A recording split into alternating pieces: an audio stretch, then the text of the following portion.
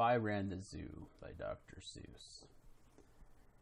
It's a pretty good zoo, said young Gerald McGrew, and the fellow who runs it seems proud of it too. But if I ran the zoo, said young Gerald McGrew, I'd make a few changes, that's what I'd do. The lions and tigers and that kind of stuff they have up here now are not quite good enough. You see things like these in just any old zoo. They're awfully old-fashioned. I want something new. So I'd open each cage, I'd unlock every pen, let the animals go and start over again. And somehow or other I think I could find some beasts of a much more unusual kind. A 4-footed lion's not much of a beast. The one in my zoo will have 10 feet at least. 5 legs on the left and 5 more on the right. Then people will stare and they'll say, what a sight. This zookeeper, new keeper Gerald's quite keen. That's the goldarnest lion I'll ever seen. My new zoo, McGrew Zoo, will make people talk. My new zoo, McGrew Zoo, will make people gawk at the strangest, oddest creatures that ever did walk. I'll get for my zoo a new sort of hen, who roosts in another hen's top knot, and then another one roosts in the top knot of his, and another in his, and another in his, and so forth and upward and onward. Gee whiz. But that's just a start. I'll do better than that.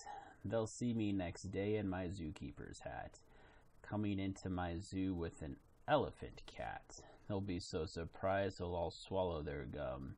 They'll ask when they see my strange animals come, where do you suppose he gets things like that from? His animals all have such very odd faces. I'll bet he must hunt them in rather odd places. And that's what I'll do, said young Gerald McGrew. If you want to catch beasts you don't see every day, you have to go places quite out of the way. You have to go places no others can get to. You have to get cold and you have to get wet too. Up past the North Pole where the frozen winds squeal. I'll go and I'll hunt in my Squeaglemobile and bring back a family of what do you know? And that's how my new zoo, McGrew Zoo, will grow. I'll hunt in the mountains of Zumba-Matant with helpers who will wear their eyes at a slant, and capture a fine fluffy bird called a bustard, who eats only custard with sauce made of mustard, and also a very fine beast called a flustered, who only eats mustard with a sauce made of custard. I'll catch him in caves and I'll catch him in brooks, I'll catch him in crannies, I'll catch him in nooks that you don't read about in geography books. I'll catch him in countries that no one can spell, like the country of Matafapatafapel. In a country like that, if a hunter is clever, he'll hunt up some beasts that you never saw ever. I'll load up 5 boats with a family of jotes, whose feet are like cows but wear squirrelkin coats, and sit down like dogs but have voices like goats, excepting they can't sing the very high notes. And then I'll come down to the wilds of Nantucket and capture a family of lunks in a bucket. And people will say, now I like that boy heaps. His new zoo, McGrew Zoo, is growing by leaps. He captures them wild and he captures them meek. He captures them slim and he captures them sleek. What do you suppose he will capture next week? I'll capture one tiny, I'll capture one cute. I'll capture a deer that no hunter would shoot. A deer that's so nice he could sleep in your bed if it weren't for those horns that he has on his head. And speaking of horns that are just a bit queer, I'll bring back a odd family of deer. A father, a mother, 2 sisters, a brother, whose horns are connected from one to the other, whose horns are so mixed they can't tell them apart. Can't tell where they end and can't tell where they start. Each deer's a mighty puzzled. He's never yet found if his horns are hers or the other way round. I'll capture them fat and I'll capture them scrawny. I'll capture a scraggly foot mulligatawny, a high-stepping animal fast as the wind from the blistering sands of the desert of Zend. This beast is the beast that the brave chieftains ride when they want to go fast to find some place to hide. A mulligatawny is fine for my zoo, and so is a chieftain. I'll bring one back too. In the far western part of southeast North Dakota lives a very fine animal called the Iota. But I'll capture one who is even much finer in the northeastern west part of South Carolina. When people see him, they will say, "Now by thunder, this new zoo, Migru Zoo, is really a wonder." Most beasts are quite friendly, but still in some lands, some beasts are too dangerous to catch with bare hands.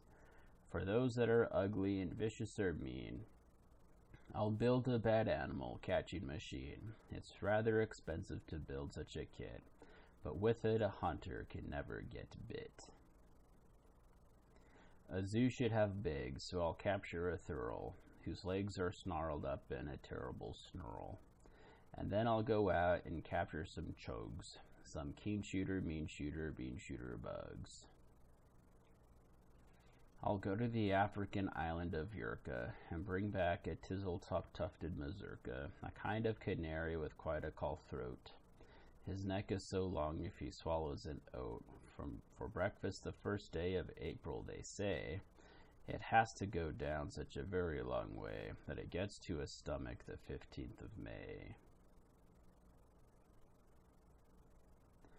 I'll beg a big bug who is very surprising, a feller who has a propeller for rising, and zooming around making cross-country hops from Texas to Boston with only 2 stops. Now that sort of thing for a bug is just tops. And when I've caught him, then the next thing you know, I'll go and I'll capture a wild tic-tac-toe. With X's that win and with zeros that lose, he'll look mighty good in this zoo of Migru's. I'll bring back a gusset, a gherkin, a gasket, and also a gooch from the wilds of Nantasket. And 8 Persian princes will carry the basket. For what their names are, I don't know, so don't ask it. In a cave in Khartoum lives a beast called the Natch that no other hunter's been able to catch. He's hidden for years in his cave with a pout, and no one's been able to make him come out. But I'll coax him out with a wonderful meal that's cooked by my cooks in my cooker-mobile. They'll fix up a dish that is just to his taste, 3 chicken croquettes made of library paste, then sprinkled with peanut shucks pickled and spiced, then baked at 600 degrees and then iced. It's mighty hard cooking to cook up such feasts, but that's the new zoo, Migru Zoo gets beasts. I'll go to the faraway mountains of Tofts, near the river of Nobst, and I'll bring back an obst, a sort of a kind of a thingamigbops, who only eats rhubarb and corn on the cobs. Then people will flock to my zoo in a mobst. Migru, they will say, does a wonderful jobst. He hunts with such vim and he hunts with such vigor.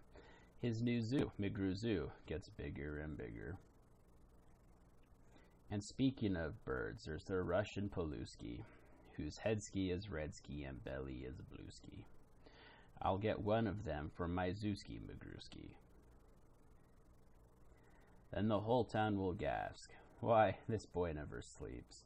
No keeper before ever kept what he keeps. There's no telling what that young fellow will do."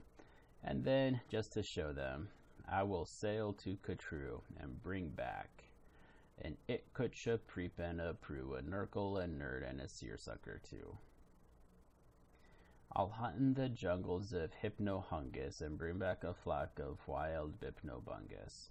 The Bipnobungus from Hypnohungus are better than those down in Dipnodungus, and smarter than those out in Nipnodungus, and that's why I'll catch 'em in Hypnohungus, instead of those others in Nungus and Dungus. And people will say when they see those Bips bounding, "This zookeeper, new keeper, is simply astounding. He travels so far that you'd think he would drop. When do you suppose this young fellow will stop?" Stop. Well, I should, but I won't stop until I've captured the Physma Wisma Medill, the world's biggest bird from the island of Gwark, who only eats pine trees and spits out the bark. And boy, when I get him back to my park, the whole world will say, Young McGrew's made his mark. He's built a zoo better than Noah's whole ark. These wonderful, marvelous beasts that he chooses have made him the greatest of all the McGrewses. Wow, they'll all cheer. What's this zoo must be worth? It's the goldarnest zoo on the face of the earth. Yes, that's what I'd do, said young Gerald McGrew. I'd make a few changes if I ran the zoo.